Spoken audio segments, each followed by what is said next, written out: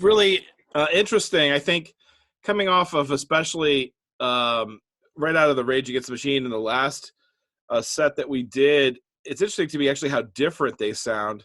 Yeah, the front man makes a big difference, and they're both very distinctive, but in very different ways. It's funny because they obviously both came up at the same time.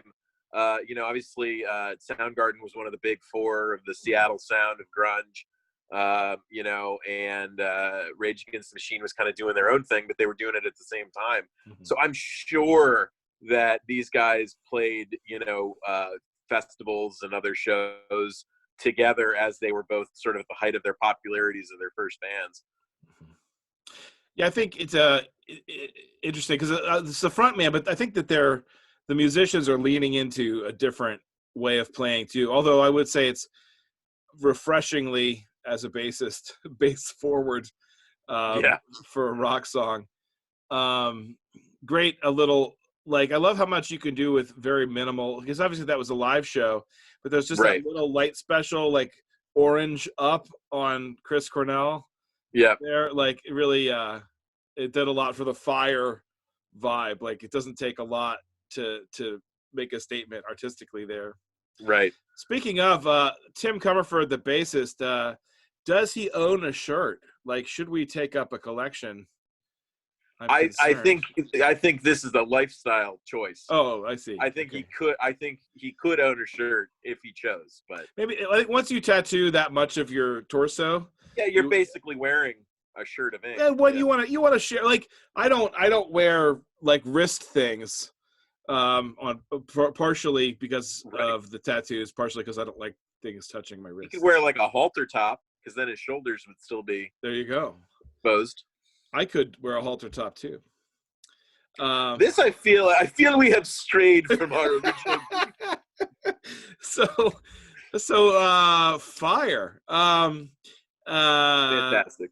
Yes, it did have a smoldering quality in the sort of the funkiness of it, like an engine burning. There's this sense when you get into the chorus, like they have just thrown an accelerant onto the music. That's good. Sort of. Yeah. It's funny, like because I have used what they call Boy Scouts helper to start a fire, which is white gasoline. Yeah. And it's crazy how big of a fireball you'll get from a little bit of that stuff, and that's kind of the music. I can sort of envision that out of control fireball that I didn't expect. Right. When I hear that go into the chorus. Yeah, for sure. Yeah, interesting. Well, strong opener. What's next? Well, so we're gonna. There is plenty of variety in this playlist, but we are gonna stick with bass forward rock for the next one. We're gonna do Motorhead. We're gonna do a song called Bomber. Okay. Which bombs make fire when they explode. Okay. But there's this idea. This is very much about sort of like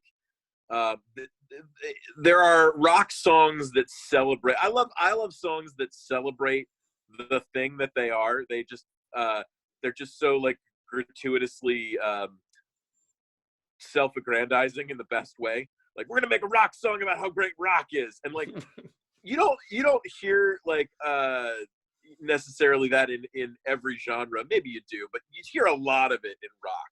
Yeah. Just rock songs about how great rock is. And that's basically, this is a song just about Motorhead being like, we are excited to be playing music for you, and we are good at it, and you will enjoy it. So this is sort of like Fire as exuberance, especially sort of the kind of exuberance that you would get at a rock show. And obviously Motorhead delivered all right up until Lemmy's passing like 5 or 6 years ago. Yeah. If you're watching this in real time, those of you who are watching it in the future, I don't know how many years it's been.